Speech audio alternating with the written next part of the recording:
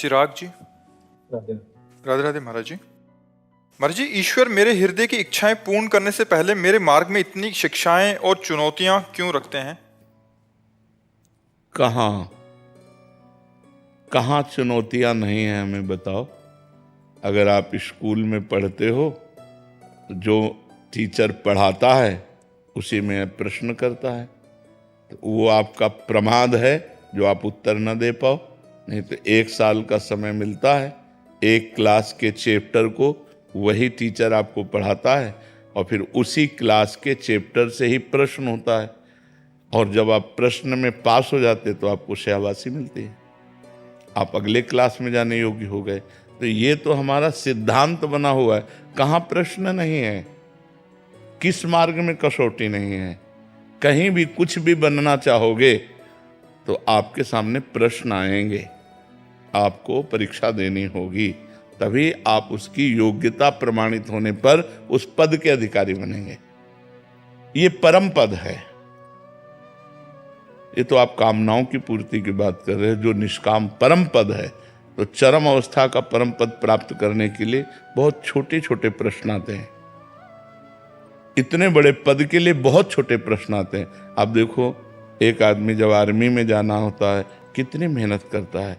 हमने देखा है, जब भ्रमण कर रहे थे गंगा किनारे, तो फतेहगढ़ फर्रुखाबाद में हम काफ़ी दिन वहाँ एक आश्रम में रुके थे गंगा किनारे, तो देखते थे बहुत परिश्रम।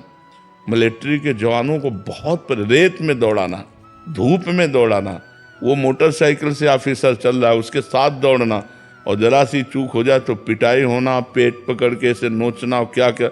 हम लोग गंगा किनारे यही देखते, एक आर्मी का जवान तैयार होने में कितनी मेहनत लगती है, और वो भगवान का पार्षद बनना चाहता है, इतने बड़े भगवान का दास बनना चाहता है, तो उसके सामने परीक्षा तो आएगी। अच्छा, रही कामना की पूर्ति, तो अगर हम कामना करते हैं 100 रुपये की, तो हमें ये योग्यता दिखानी होगी कि मैं 100 रुपया रखने लायक हूं। वो पिता है, सबका पिता है, वो आपको 100 रुपया दे देगा।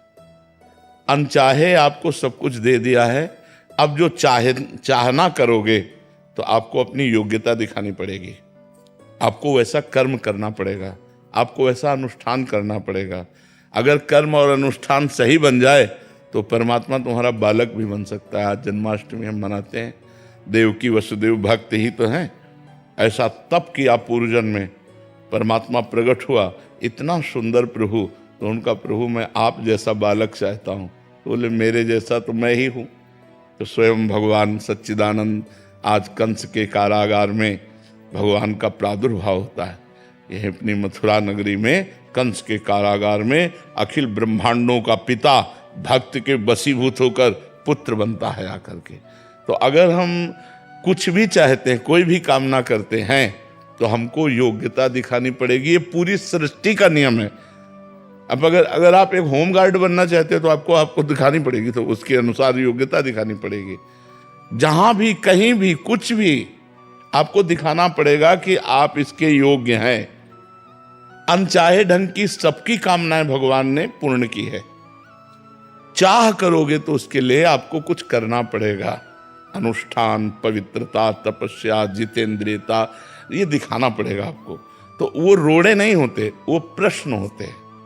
आप उस प्रश्न का उत्तर दीजिए। अब आपके सामने विपत्ति रूपी प्रश्न आया है, अब आप भगवान का चिंतन करते हुए उस विपत्ति रूपी प्रश्न का उत्तर दीजिए कि आप घबराएं मत।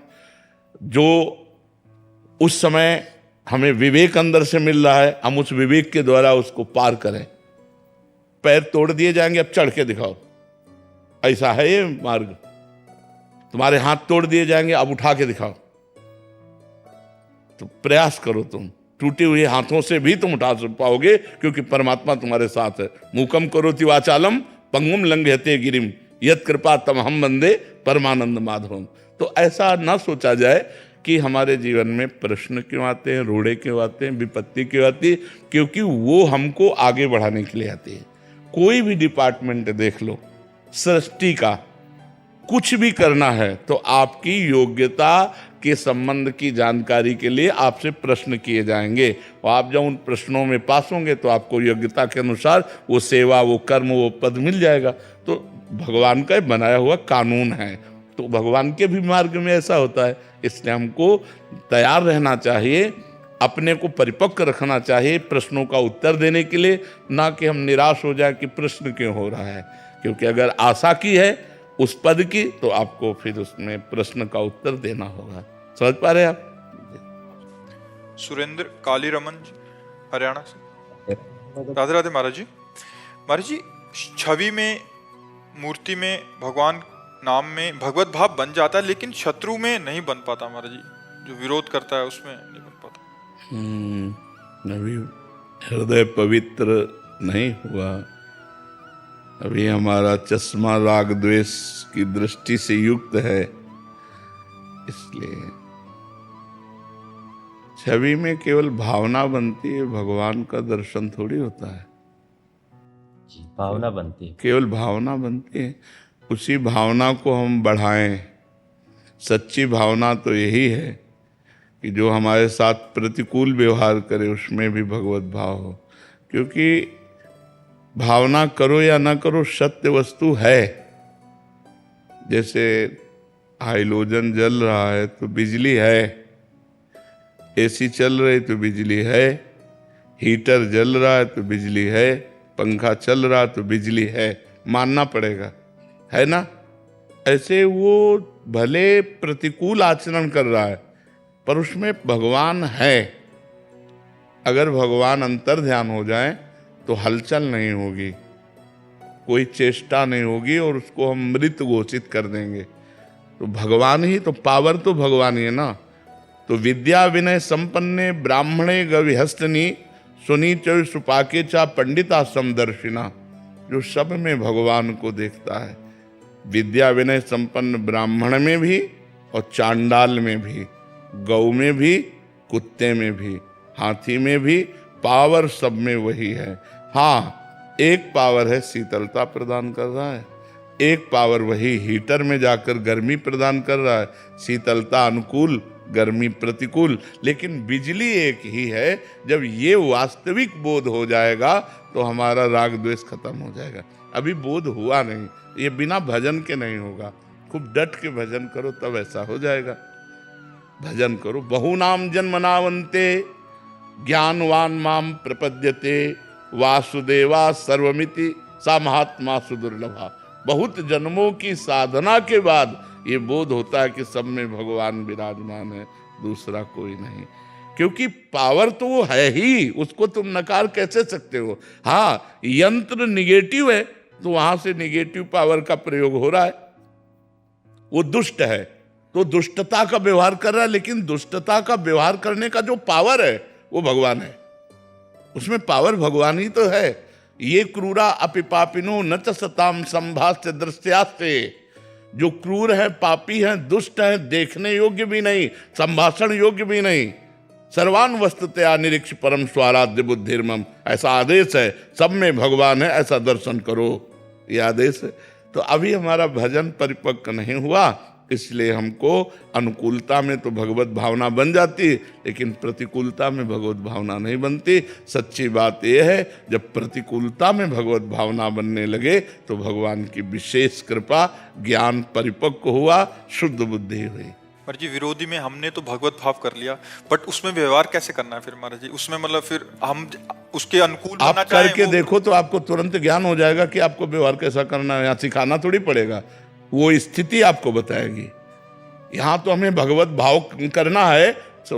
भीष्म जी के सामने श्री कृष्ण खड़े हैं और तान तान के बाण मार रहे हैं कि नहीं मार रहे? क्या भक्ति में कमी है क्या? अगर आपने स्वांग किया है चोर का तो हम डंडे की पूजा करेंगे आपकी, लेकिन मानेंगे कि आप ही हैं। तो डंडा भी तो आप हैं और हमें प्रेरणा करने वाले भी आप हैं, तो हम में भी आप हैं। तो बराबर डंडे रूपी भगवान से चोर रूपी भगवान की पूजा हो रही है। उसमें व्यवहार अगरबत्ती नहीं चलेगा। तो कुत्ता भगवान काटने दौड़े तो डंडे की रूपी पूजा वो तो जिस रूप में आप आओगे, पूजा का अलग अलग है, पूजा का अलग अलग है। अब जैसे भगवान सात्विक रूप में आते हैं तो हम नमस्कार और विनय रूपी पूजा करते हैं, और भगवान राक्षसी रूप में आते हैं तो फिर हम दंड विधान रूपी पूजा करते हैं। पूजा ही है, लेकिन जैसे रोग रूप में आते हैं तो औषधि रूप से पूजा है, ऐसे ही भगवान चोर रूप से आते हैं, दुष्ट रूप से आते हैं, तो हम हाथ जोड़ के नहीं खड़े, आओ दुष्ट भगवान, पर मानेंगे जरूर यही कि इसमें भी भगवान है। ये सम्यक ज्ञान होने पर, देखो सम्यक ज्ञान होने पर भीष्म जैसे महापुरुष भगवान श्री कृष्ण को साक्षात बाण मार रहे हैं, क्योंकि विपक्ष में है ना भगवान, तो साक्षात बाण मार रहे हैं कि नहीं, हमें तो भावना करनी, वहां तो साक्षात भगवान है। ये बहुत उच्च कोटि का ज्ञान है, कोई साधारण थोड़ी ज्ञान है। नरेश कुमार जी जम्मू से। जय जय श्री हरिवंश महाराज जी। महाराज जी, भजन तो नियम से कर रहे हैं, परंतु भजन में तदात्म भाव नहीं हो पा रहा महाराज जी, उत्साह भी नहीं बढ़ पा रहा महाराज जी, क्या कोई अपराध है? नहीं, पूर्व पाप से हमारा जो मन मलिन है वो जब तक निर्मल नहीं होगा तब तक उसमें निष्कामता नहीं आएगी, कामनाएं बनी रहेंगी, और जब तक कामनाएं बनी रहेंगी तब तक भगवदानंद का अनुभव नहीं होता, और जब तक भगवदानंद का अनुभव नहीं होता तब तक उत्साह नहीं बढ़ता। जो नाम में, भगवान की लीला में, भगवान के रूप में, भगवान के पावन पावन चरित्रों के स्मरण से रोमांच हो जाना, गदगद कंठ हो जाना, अश्रु प्रवाहित हो जाना, मम गुण गावत पुलक शरीरा, गदगद कंठ नयन बहानीरा। जो भगवान की प्रेम लक्षणा भक्ति है, जिसमें परम आनंद है, वो तभी आती है जब हृदय निर्मल होता है। तो हमको चाहिए कि नियम पूर्वक भजन करते रहें, पापाचरण का त्याग करके दीर्घ काल तक, सातु दीर्घ काल निरंतर सत्कार सेवितो दृढ़ भूमि। अगर दीर्घ काल तक निरंतर नियम पूर्वक भजन किया जाए तो हृदय पवित्र हो जाए, दृढ़ भूमि, फिर हमारी निष्ठा जागृत हो जाए, फिर भगवत चरणारविंद में हमारी प्रीति हो जाए। हमें लगे रहना चाहिए, हमें कभी किसी स्थिति में भजन छोड़ना नहीं चाहिए कि इतने दिन हो गए मुझे कोई अनुभव तो हो नहीं रहा, सामने विपत्तियां भी आ रही हैं, कोई सुख नहीं मिल रहा।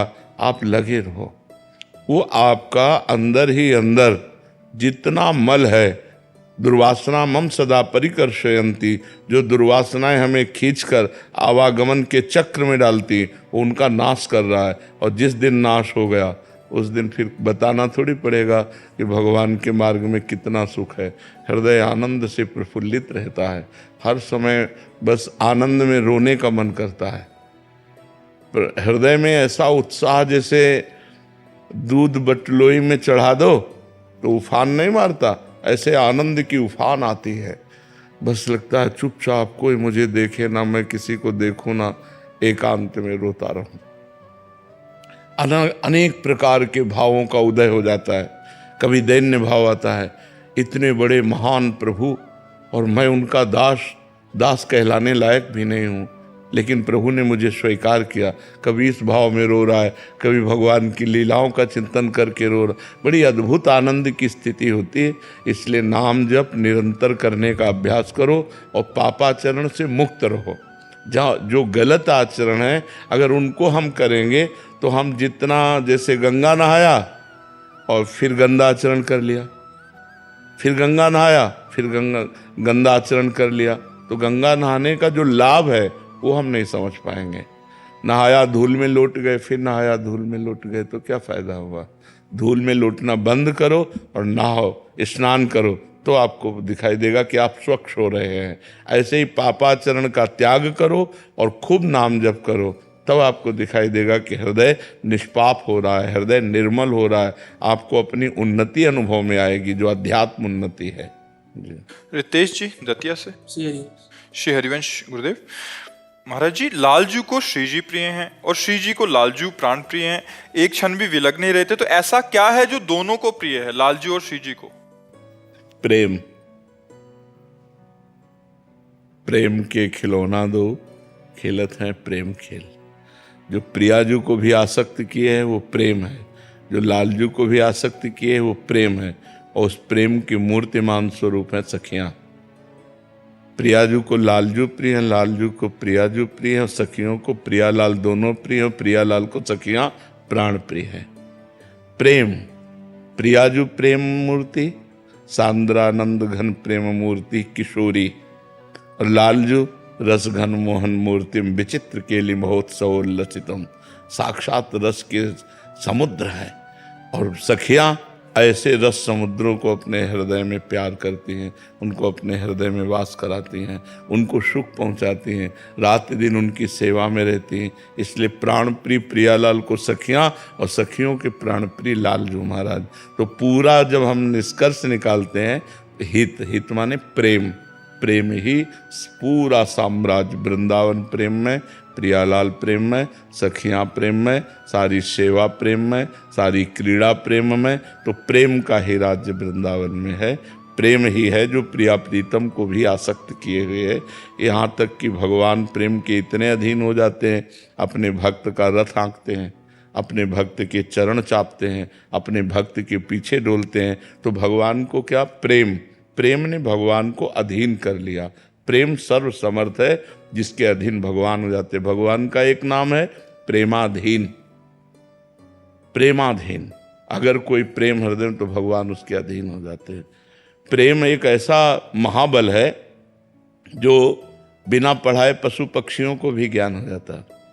ऐसे दुलार करो, कुत्ते को पूंछ लाने लगे, जानता है ये प्रेम कर रहा है। प्रेम की भाषा को हर जीव जानता है।